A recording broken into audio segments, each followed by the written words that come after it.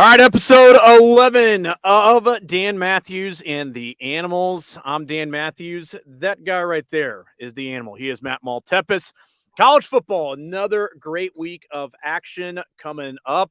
I mean, Matt, I don't know if it gets any better. As we record this on a Thursday, I'm fired up today. I mean, we got great college football action that, as a matter of fact, the greatest of the action starts tomorrow with Oregon State, Utah. We'll get into that a little bit later on.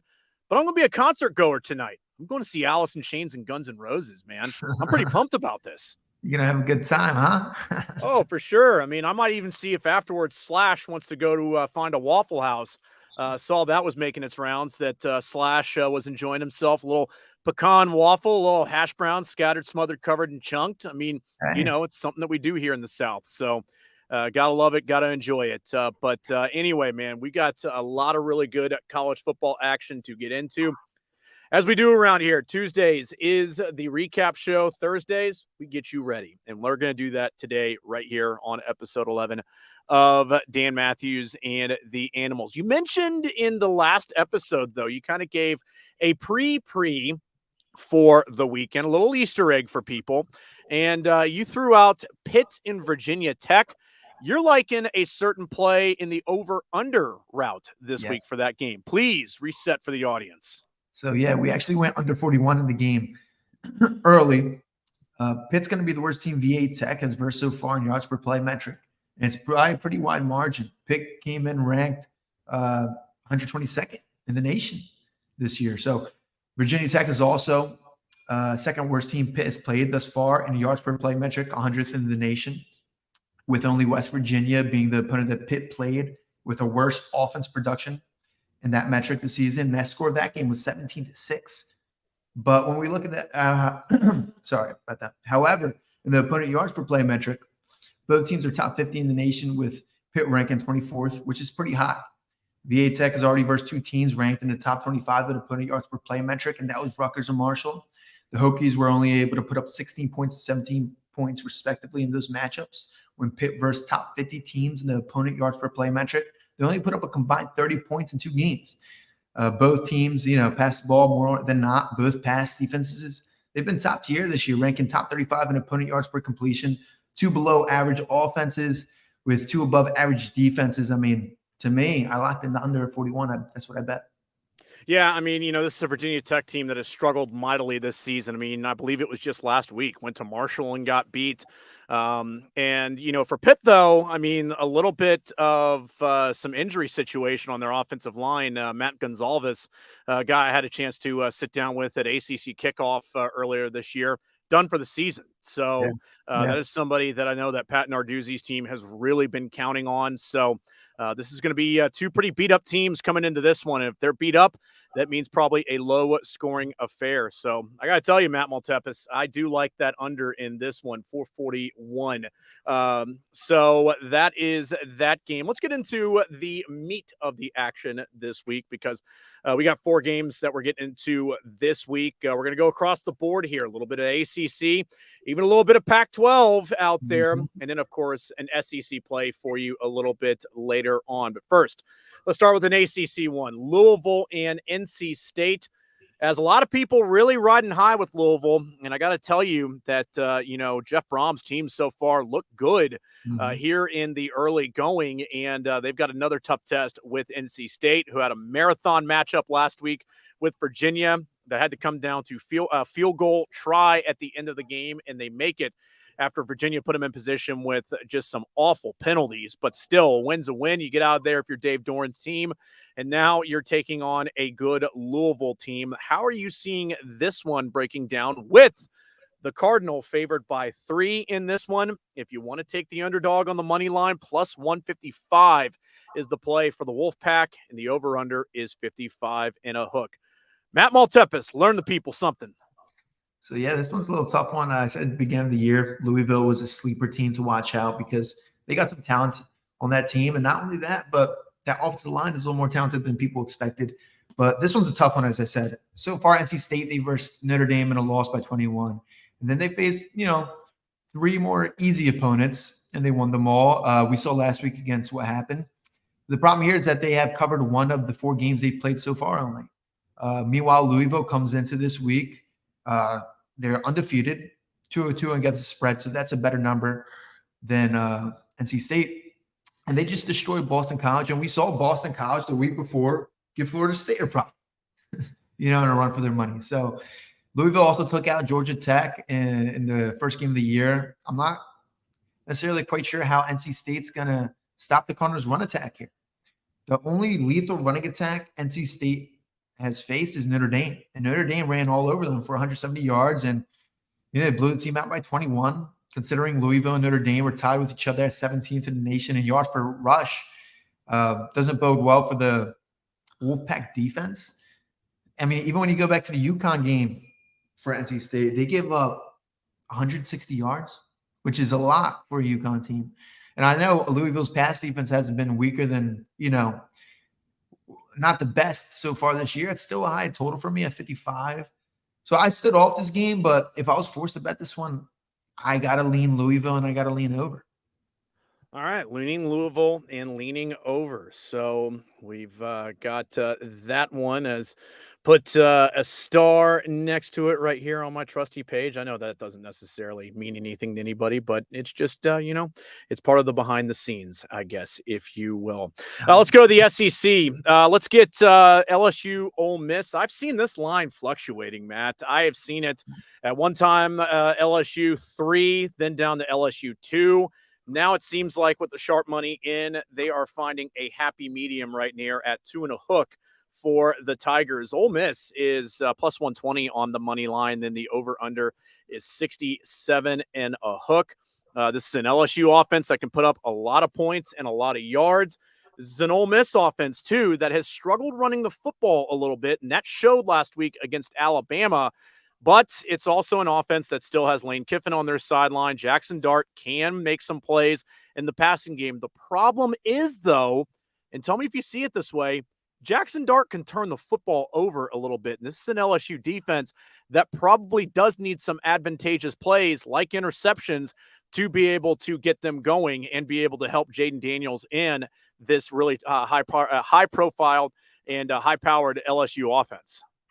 So, yeah, you talked about the numbers moving. We saw a lot of movement on the total, actually. It opened around 63, and now it's sitting as high as 67, 66 and a half, depending where you shop. I mean, we come into here, you talked about it. Nobody's doubted LSU's offense. They've been very, damn good. But the question mark was a little bit on the defensive side. Their offense ranks 7th in yards per play. It's their defense that ranks 89th in opponent yards per play. So that's the question mark. And as great as their offense has performed, this is probably going to be the biggest test they face so far. I mean, Arkansas was the best defense of this team versus an opponent yards per play. But Ole Miss actually ranks 37 spots higher than the Razorbacks, with the Rebels defense coming in ranked 31st in the nation in that metric. This is also the second best offense that they've played so far, with number one being Florida State. And Florida State, we saw them put up a lot of points on the struggling LSU defense. We saw actually LSU even struggle last week against Arkansas. So it's not a good sign for the Tigers team.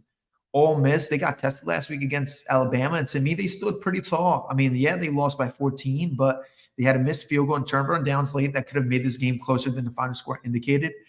They put up 300-plus yards on that Bama defense, which is, ranked 14th in opponent yards per play, which is huge. I think Ole Miss is able to put up some points on this LSU defense, and we saw the reflection in the total actually from 63 to 67. So obviously, someone thinks there's going to be some scoring there. But yeah, I was originally on LSU at the beginning of the year, but my confidence team has faded. I'm just being straight, being honest. I'm looking to see if I can find a +3 maybe on Ole Miss hanging around. We'll see. And when I do, I might be firing. As for the total, I think it moved too high at this point to 67. I mean, Florida State, LSU, they put up a combined 69 points in that first game. Ole Miss's defense, performed way better than FSU's defense. So I think it's a little high. I think once at 67, you take the under to 66. It's in the 60s range. The key number there is 66. So on the total. So that'd be the stopping point. Obviously, I haven't fired anything, but we may be firing on this game. So make sure to follow us on Twitter at TCK_experience. And you can find all of our moves and most up-to-date information on the PhillyGodfather.com. There you go. One-stop shop for it all. All right, let's move on to Notre Dame at Duke as the Irish coming off a tough one last week against Ohio State. So they have bounced back on their mind as they are a 5.5-point favorite for this one. Duke on the money line. Again, I always put out the underdog money line just to see if maybe that's something that, you might want to kick around a little bit as Duke is plus 180. Again, that's that little sweet spot right there, 150 to 180. Kind of feels like that's good value right there. But the over-under for this one at 54.5. We're going to have two really good quarterbacks going in this one, and Sam Hartman and Riley Leonard, and also two, programs like Duke. I mean, it's one of those things that, they're going to have a lot of people coming for their coach at the end of the season for the way that they played last year and how Mike Elko's team has looked so far early on in the season. They've already gotten a huge win at home once this season against Clemson. Can they do it again against the Irish and send Marcus Freeman's team to their second straight loss? So, yeah, Duke has proven, to be tough this year, just like last year. But Notre Dame has proven strong throughout their first 5 games, despite their loss last week to Ohio State. Both teams in that game were neck and neck. I talked about it on the recap. The only difference was Notre Dame missed a field goal. That's it. On the other side, the Blue Devils, like I said, they've been strong as ever as well. They're 4-0, winning each game by 21 points or more. And that includes a win over Clemson, which is a highly ranked team. Like Duke currently sits top 25 in yards per play and top 5 in opponent yards per play. Some good, categories to be in. Notre Dame also sits, though, in similar categories, ranking 6th in the nation in yards per play and 20th in opponent yards per play. To me, the problem here for Duke is the matchup. I mean, Duke has an amazing pass defense this year, ranking number 2 in opponent yards per completion. But the place where they've shown their weakness is a little bit in the run-stopping department. They rank 61st in the nation in opponent yards per rush. And Notre Dame is notorious for pounding that ball. I mean, down your throat. They ranked 476 yards on 40 attempts against Ohio State last week. And Ohio State's ranked 28th in opponent yards per rush. Duke also let Clemson run all over them in that first game. They gave up over 200 yards on the ground. And the reason they won that game was, honestly, they played a smart game. They didn't turn over the ball, and they made Clemson shoot themselves in the foot. And that's exactly what Clemson did, played right into their plans. It's different against Notre Dame. Notre Dame, if you look at turnovers per game and giveaways, I mean, they don't beat themselves. So, yeah, I like Duke. I mean, I like Notre Dame minus 5.5 here. And Notre Dame played NC State, which is a solid win considering they're laying 7 and covered the number, winning by 21. I think the Irish coming in this game angry, looking for revenge after last week. And to me, even the devil doesn't want to be on this bad side of an angry Irishman, So I bet Notre Dame minus 5.5 this week. All right. So the Irish hoping they can bounce back. And if they do, it means that their playoff chances still stay alive, at least for another week. Let's move on to the final game we are going to talk about. Unless, hey, look, I always leave it open for you to throw Easter eggs out there if you want to. I totally, you are very much a co-host. That's it. A little co-host on this show. So a huge co-host on this show. So, anytime you want to throw them out there, man, they are always welcome. That is for sure. Let's go Oregon State, Utah for this one. The Pac-12, I mean, look, what a swan song for the conference, if you will, because you've got two really good teams here in Oregon State and Utah, both trying to pick up huge wins. Utah has been tested twice this year with Florida and also with Baylor early on in the season. They passed both of those tests. Now they get tomorrow night a really good Oregon State team that is a 3.5-point favorite in this one. Utah, though, again, you want to go that money line for value, plus 141. And the over-under for this one is 44.5. Yeah, as you said, Utah comes in here with a couple big wins this year so far. I mean, they beat Florida first game of the year by double digits. We talked about this. They beat Baylor on the road. And last week, they took down UCLA, which is impressive. And they covered the number against both Florida, UCLA, and they pushed on Baylor. Oregon State's first test was last week at Washington State, in my opinion. They lost that game on the road, even though they're laying 3. They didn't just lose the game, but they also lost the box score. It was close. They lost a first down battle and lost a yardage battle. It was very close, but that's a real loss. You compare that to Utah's win over UCLA last week, and that was pretty close as well. But when you go to the box score, Utah won it. there are no excuses for this Oregon State team, especially when Utah doesn't even have Cam Rising out there. That's how strong Utah team has been playing. Oregon State's strength on offense is running the ball. But the strength of the Utes defense, is in stopping it. They rank second in the nation in opponent yards per rush attempt. And the same goes for the Utah offense. They love to run the ball. Their rushing percentages, ninth in the nation. Oregon State defends the run pretty damn well as well. So they rank top 10 in opponent yards per rush. Utes faced UCLA last week, which ranks fourth in opponent yards per rush, and the score was 14-7. I think once you factor in that, Utah ranks 124th in seconds per play, and Oregon State ranks 70th. It pointed me to lean to the under here, under 45. Now, the only question mark for me is if Cam Rising plays or not, because that changes the whole handicap. I lean Utah plus the points, and I lean under right now. But until I know the status of Cam Rising, and he's been a question mark every single game of the year so far. No one wants to release information. It's been a struggle to find out. But, yeah, if he plays, obviously it changes the way I see this game. But, if he's not playing, if I find out he's not, I'm going under probably 45 here and Utah plus 3.5. As I said before, follow us on Twitter, and you can subscribe to our moves at thephillygodfather.com for the latest and most up-to-date moves. There you go. You know it all. As you can go to phillygodfather.com, also to subscribe to the channel, the College Kids channel right here on YouTube, and also to check out the podcast as well. Wherever you get your podcast needs, that's where you can find our work. All right, so we went through all of the games. We went through the one you threw out in the last show, Pitt, Virginia Tech, under 41 for that one. You're leaning Cardinals, and also to the over in the Louisville-NC State game. You like the under in the LSU-Ole Miss game, which right now, at least at some shops, sitting at 67.5. You like the Irish, minus 5.5 on the road at Duke to be able to bounce back after that tough loss to Ohio State. And then also, too, you're liking the under in the Oregon State and Utah game. So a lot of action to pay attention to this weekend. Real quick, LSU Ole Miss. I lean under, didn't touch it yet, but make sure to stay up to date. Like I said, looking as well at the Ole Miss plus 3, something to keep an eye on if you can catch that 3 number.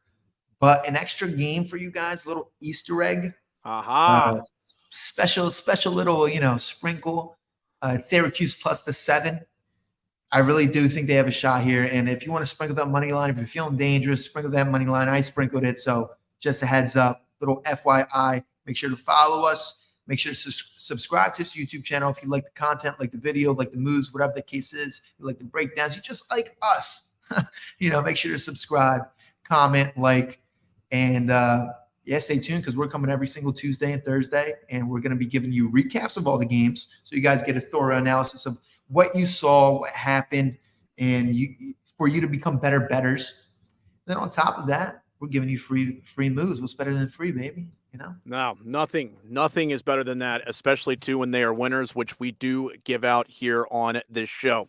You had a great wrap to the show right now, so I'm not going to add very much more other than to say episode 11 is in the books. Everybody have a great weekend. Enjoy the games. We'll come back at you on Tuesday.